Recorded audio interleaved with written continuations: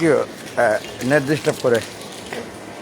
হ্যাঁ, আমরা টাটা দিয়ে বাপ ছেলে আমার ছেলের আম্মুকে টাটা দিয়ে ক্যামেরা ঘুরাই দিছি,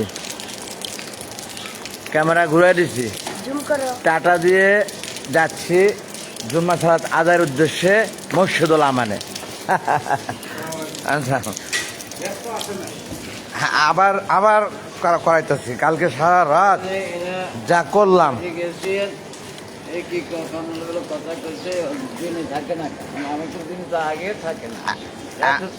এখন আবারও করাইতেছি। তো এখন সকালবেলা দুই পাশে সবগুলি করে দিয়ে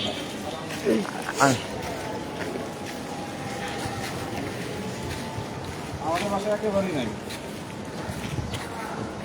কে সালাম দিয়ে আর কি ধরতেছে? আমি নিজেও দেখি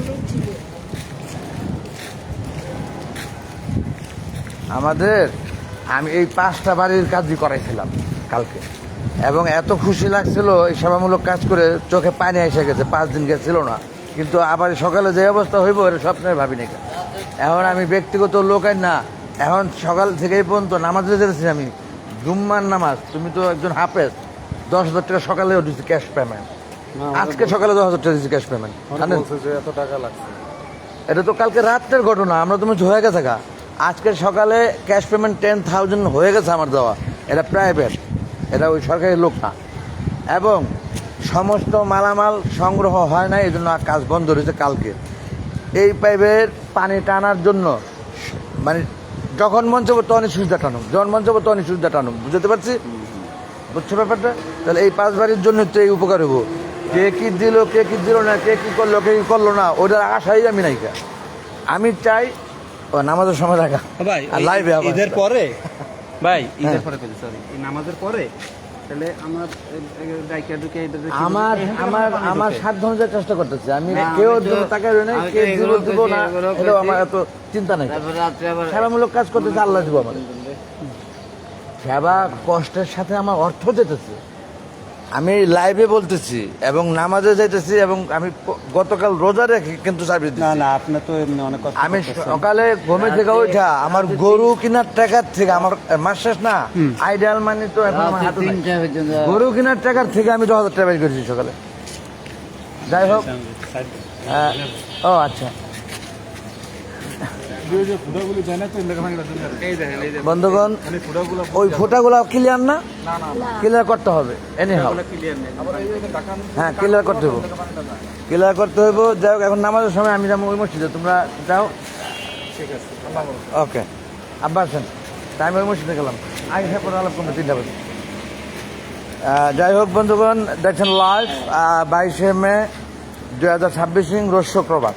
আমরা বাপ ছেলে যাচ্ছি নামাজ আদায়ের উদ্দেশ্যে, জুম্মার সালাত ওয়াজিব, যা ঈদের সালাতের সমকক্ষ নামাজ। এটা আল্লাহ সুস্থতা দান করছিলেন বলে যেতে পারছি আমরা মসজিদুল আমানে সালাত আদায়ের উদ্দেশ্যে।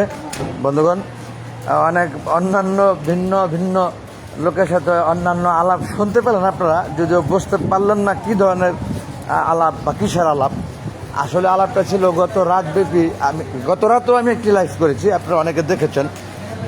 অধিক রাতে, গতকাল দিনে ছিল বৃহস্পতিবার, দিন শেষে অধিক রাতে আমাদের এই এলাকায় বেশ কয়েকটি বাড়িতে গ্যাসের লাইন নেই 5 দিন বিধায় সেই কাজ করাইছিলাম আমি। তিতাস গ্যাসের থেকে লোক এসেছিল, তাদেরকে দিয়ে অনেক কষ্ট হয়েছে, কষ্ট করে কাজ করেছি। রাত্রে গ্যাস এসেছিল, কিন্তু সকালে আবার চলে গেছে। সেই বিষয়ে কিছুটা আলাপ আলোচনা করলাম আমার এলাকাবাসীর সাথে। বন্ধুরা, আপনাদের অনেকেরই জানা, আমার এফবি ফ্যান যারা, আমি দক্ষিণ পল্লবী বায়ু ভাটমারি কল্যাণ সমিতির পরিবেশ সম্পাদক হিসেবে দায়িত্ব পালন করছি, দায়িত্বে নিয়োজিত। এছাড়াও আমি দীর্ঘদিনের বাড়িওয়ালা, সেইভাবে না বলি, আল্লাহ মাফ করুক, আল্লাহ দান করেছে বলে বাড়িওয়ালা বললাম নিজেকে।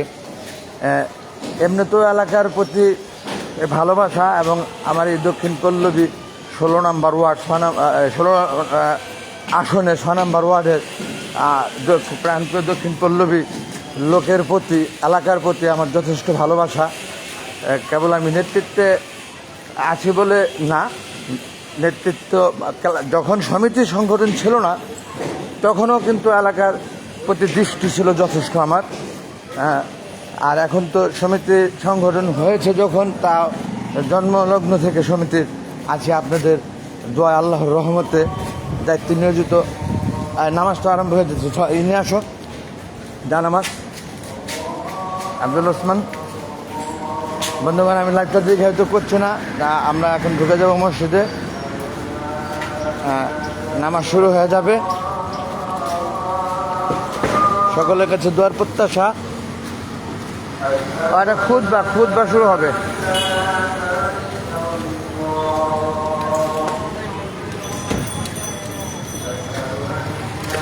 নামাজ মনে হয় আজকে লেটে শুরু হচ্ছে নাকি? খুতবার আজান, হ্যাঁ আচ্ছা, তো খুতবা আরম্ভ না, আজকে কি লেটে নামাজ হতেছে নাকি? এটা তো খুতবার আজান হতেছে না।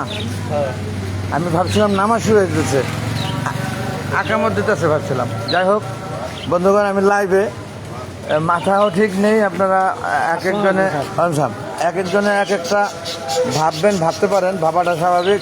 আর রাতব্যাপী এই দক্ষিণ পল্লবী এলাকা সেবামূলক কাজে নিয়োজিত রেখেছিলাম নিজেকে। আমার ছেলেও ছিল আমার সাথে ন্যায়ারেবল রাত 2টা পর্যন্ত। আমি তো একেবারে সকাল পর্যন্তই ছিলাম এই কাজে। যাই হোক, এখন অশেষ রহমত সৃষ্টিকর্তার